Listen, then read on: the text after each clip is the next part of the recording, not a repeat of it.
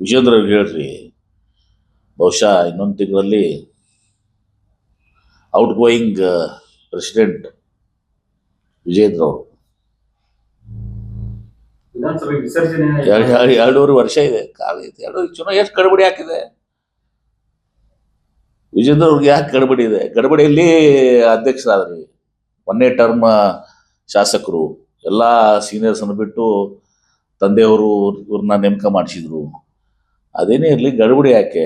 ಅದು 1ನೇ term president ಆದಂಗಲ್ಲ, ಇದು first time MLA president ಆದಂಗಲ್ಲ. ಇದು ವಿಜೇಂದ್ರ ಅವರು ತಾಳ್ಮೆ ಇರಲಿ, ಇನ್ನೂ 2.5 ವರ್ಷ ಅದ. ಜನ ನಮ್ಮನ್ನ ಆಯ್ಕೆ ಮಾಡಿದ್ದಾರೆ. 2028ರಾಗ ನೋಡೋಣಂತೆ. ಅವಾಗ ನೀವು ಇರಂಗಿಲ್ಲ, ಆ ಮಾತು ಬೇರೆ. ಅವಾಗ ಇರಂಗಿಲ್ಲ ಇವರು, ಅವಾಗ ಇವ್ರ ನೇತೃತ್ವ ಇರಲಾಗ ಇರಂಗಿಲ್ಲ, ಇವ್ರ ತಂದೆಯವ್ರ ನೇತೃತ್ವ ಇರಂಗಿಲ್ಲ, ಇಬ್ಬರು ಇರಲ್ಲ. ಬರ್ಕೊಂಡು ಕೊಡಿ ನೀವು. ನಾನು ಹೇಳಿದನೆಲ್ಲ ಬರ್ಕೊಂಡು ಇಟ್ಕೊಂಬಿಡಿ. ತಾರೀಕು ಎಷ್ಟು? 27 ಡಿಸೆಂಬರ್ 2025 ಬರ್ಕೊಂಬಿಡಿ ನೀವು. Right, next. ವಿಧಾನಸಭೆ ವಿಸರ್ಜನೆ ಇವ್ರು ಯಾರ್ರಿ? ಪ್ರಜಾಸತ್ತಾತ್ಮಕವಾಗಿ ಸಂವಿಧಾನಾತ್ಮಕವಾಗಿ ಒಂದು ಸರ್ಕಾರ, ಜನರ ಆಶೀರ್ವಾದದಿಂದ 136 ಸೀಟನ್ನು ಪಡ್ಕೊಂಡಿದ್ದೀವಿ ನಾವು. ಇವ್ರು ಯಾರು ವಿಸರ್ಜನೆ ಮಾಡಕ್ಕೆ ಹೇಳಂತವ್ರು? ಬಾಲಿಶ ಹೇಳಿಕೆ. ಅದಕ್ಕೆ ಫಸ್ಟ್ ಟೈಮ್ MLAಗಳನ್ನ ಅಧ್ಯಕ್ಷ ಮಾಡಬಾರ್ದು. ಇದೇ ತೋರಿಸ್ತದೆ, ಅದಕ್ಕೆ ಮ್ಯಾಚುರಿಟಿ ಇರೋದಲ್ಲ. ಅದಕ್ಕೆ ಯಾರು ಹೋಗ್ತಾ ಇಲ್ಲ ಅವ್ರನ್ನ, ಸೀನಿಯರ್ಸು.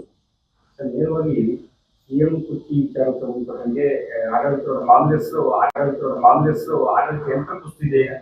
ಯಾವುದೂ ಇಲ್ಲ. ಮುಖ್ಯಮಂತ್ರಿಗಳು ಈಗಾಗಲೇ ಬಹಳ ಸ್ಪಷ್ಟವಾಗಿ ಹೇಳಿದ್ದಾರೆ. ಅವರು ಹೈಕಮಾಂಡ್ ಇವತ್ತು ಸಹ ನಮ್ಮಲ್ಲಿ ಅಂತಿಮ ನಿರ್ಣಯ ತಗೋತಾರೆ. ಮುಖ್ಯಮಂತ್ರಿಗಳು ಹೇಳಿದ್ದಾರೆ, ಎಲ್ಲಿವರೆಗೆ ಹೈಕಮಾಂಡ್ ಇದು ಮಾಡಿರ್ತಾರೆ ಅಲ್ಲಿವರೆಗೆ ನಾನು ಇರ್ತೀನಿ ಅಂತೇಳಿ. ಹೈಕಮಾಂಡ್ ಇವತ್ತು ಅವ್ರ ಮುಖ್ಯಮಂತ್ರಿ ಆಗಿಟ್ಟಿದ್ದಾರೆ. ಅದು ನಮ್ಮ ಆಂತರಿಕ ವಿಚಾರಗಳವೆಲ್ಲನೂ ಕೂಡ. ಹೀಗಾಗಿ ಅದು ಯಾವುದು ಕೂಡ ಪ್ರಶ್ನೆ ಇಲ್ಲ. ಅದನ್ನ ವಿಜೇಂದ್ರ ಅವ್ರಿಗೆ ಹೇಳ್ರಿ, ನಿಮ್ಮ ತಂದೆಯವ್ರನ್ನ ಯಾವತ್ತೂ ಟರ್ಮ್ ಕಂಪ್ಲೀಟ್ ಮಾಡಕ್ ಬಿಟ್ಟಿಲ್ಲ ಅವರು. BJPಯಲ್ಲಿ ಇವ್ರ ತಂದೆಯವ್ರನ್ನ 2 ಬಾರಿನೂ ಕೂಡ ಟರ್ಮ್ ಕಂಪ್ಲೀಟ್ ಮಾಡಕ್ ಬಿಟ್ಟಿಲ್ಲ. ಪಾಪ ಅಳಿಸ್ಬಿಟ್ರು ಅವ್ರನ್ನ. ಅಳ್ತಾ ಇದ್ರು ಅವರು, ನೋಡಿರಲ್ಲ ಸದನದಲ್ಲಿ ಕಣ್ಣೀರು ಹಾಕ್ಸಿದಾರ. ವಿಜೇಂದ್ರ ಎಲ್ಲ ಸ್ವಲ್ಪ ಇದನ್ನೆಲ್ಲ ನೆನಪಿಸ್ಕೊಳ್ಳಿ ಅಂತೇಳಿ ವಿಜೇಂದ್ರ ಅವ್ರಿಗೆ ಹೇಳ್ತೀನಿ ನಾನು.